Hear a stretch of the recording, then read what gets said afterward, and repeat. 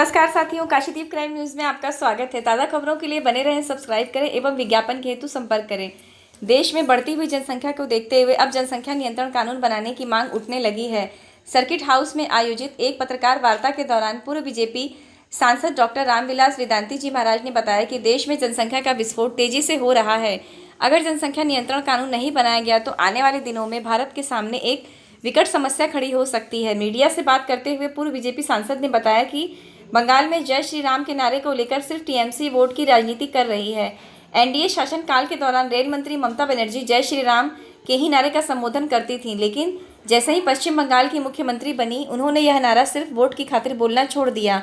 इस मौके पर कांग्रेस को घेरते हुए वेदांती महाराज ने बताया कि कांग्रेस के लोग देश को तोड़ने का काम अब तक करते आ रहे हैं, लेकिन वर्तमान सरकार देश को जोड़कर तेजी से विकास के मार्ग पर ले जा रही है। इसके बावजूद कांग्रेस अभी भी देश को भड़काने का काम कर रही है। अगर कांग्रेस इसी तरह काम करती रहे तो आने वाले लोकसभा चुनाव में बीजेपी 400 से ज़्यादा सीटों पर विजय हासिल करेगी, तो वहीं कांग्रेस 40 से 40 सीटों पर ही सिमट जाएगी। वाराणसी से काशीदीप क्राइम न्यूज़ ज्योति केशरी की रिपोर्ट।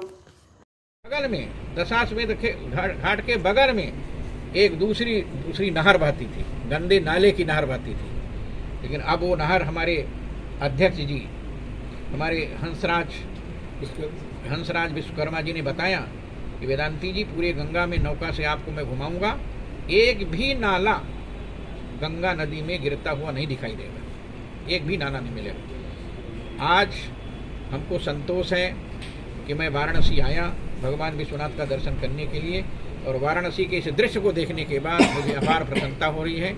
भविष्य में इसी प्रकार देश के शहर, देश के नगर, देश के गांव, देश की सड़कें बने जैसा हमारे मोदी जी ने वाराणसी को बनाया है। ये मेरी जो संकल्पना है उस संकल्पना की पूर्ति नरेंद्र मोदी जी ने किया है, इसके लिए मैं उन्हें धन्यवाद देता हूँ। गुरु जी, उड़ीसा में बीजेपी ने जो जगन्नाथ मंदिर है, हालांकि तो उस अपनी प्रसिद्धि के लिए भी प्रसिद्ध है, लेकिन उसको और विकसित करने के लिए, उसको हेरिटेज बनाने के लिए पत्र लिखा हुआ है वहाँ मंदिर प्रशासन को, सरकार को, कि इसके राम मंदिर के तर्ज पर भी इसका निधि समर्पण अभियान चलाना चाहिए, उसको विकसित और विकसित करने के लिए।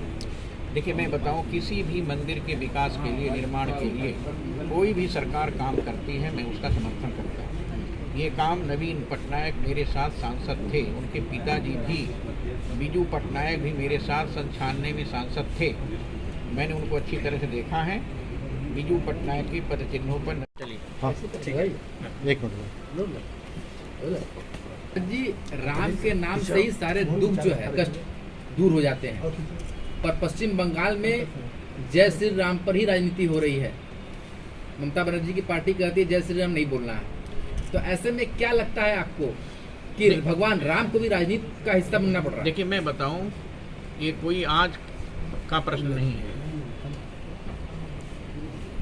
जब भगवान राम का जन्म हुआ था तब लोग जय श्री राम बोलते थे, तो राक्षस लोग जय श्री राम पर प्रतिबंध लगाए थे, वेदों को जला रहे थे, शास्त्रों को जला रहे थे, पुराणों को जला रहे थे, फिर भी बंदरों ने जय श्री राम कहना छोड़ा नहीं। मैं पश्चिम बंगाल अभी गया था, 14 तारीख को समर्पण निधि का कार्यक्रम था ये। मैंने वहाँ देखा समर्पण निधि 35 करोड़ की योजना थी पश्चिम बंगाल में, लेकिन समर्पण निधि के कार्यक्रम में 56 करोड़ रुपया रामलला का मंदिर बनाने के लिए वहाँ दूनी राशि। पश्चिम बंगाल के लोग परिवर्तन चाहते हैं, और परिवर्तन का कारण ममता बनर्जी मेरे साथ 96 में, 97 में, 98 में, 99 में, 2004 तक सांसद थी। जब वो रेल मंत्री थी तो एक दिन मैं उनसे मिलने गया, कोई काम था किसी का, उन्होंने मुझको बैठाया, कहा वेदांती जी, पश्चिम बंगाल की समस्या बहुत ज़्यादा है, और वहाँ की समस्या है कि बांग्लादेशी मुसलमान घुसपैठी आते हैं और एक कम्युनिस्ट के लोग उनको जो है प्रवेश पत्र दे देते हैं, उनका राशन कार्ड बना देते हैं, उनका घर बना देते हैं, उनको मकान बना देते हैं, उनकी सारी व्यवस्था कम्युनिस्ट के लोग करते हैं। यदि कम्युनिस्ट की सरकार बदल जाती तो मैं चाहती हूँ कि उस समस्या का समाधान वहाँ हो जाए। उन्होंने कहा बहुत अच्छा है।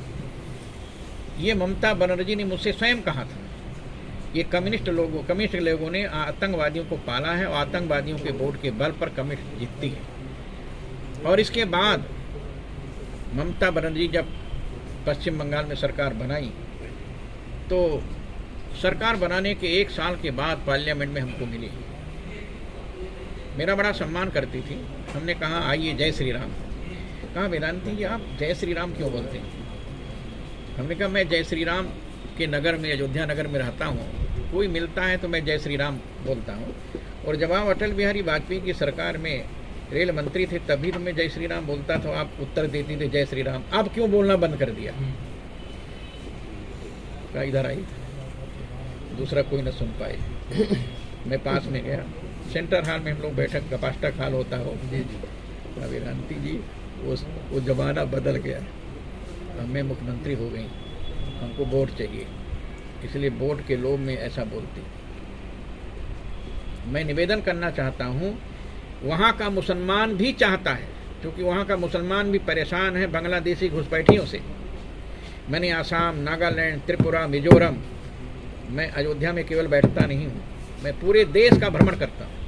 मैंने देखा सन 96 में मैं गया आसाम कृष्ण जन्माष्टमी के दिन, और कृष्ण जन्माष्टमी के दिन मैंने आसाम के एक क्षेत्र में जन्माष्टमी मना रहा था, तो मेरे बगल में एक विधायक बैठे थे, तो मुझको बड़ा आश्चर्य हुआ कि यहाँ विधायक कैसे आ गया।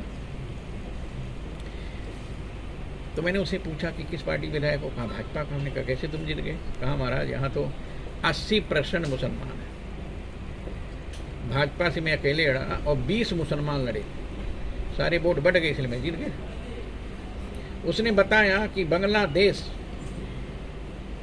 उस समय शासन कांग्रेस का था, बांग्लादेश के लड़के आते हैं, इस पार से कमा कर जाते हैं। फिर मैं अगरतला गया, अगरतला प्रॉपर नगर में सतचंडी महायज्ञ था विष्णु परिषद का, वहाँ पर तार में बोरा बंधा हुआ था। अब बोरा चढ़ करके सवेरे आते थे, उधर से आतंकवादी लोग, और इधर से दिन भर कमा करके शाम को उसी बोरा में चढ़ करके तार से उस पार चले जाते थे। मैंने एक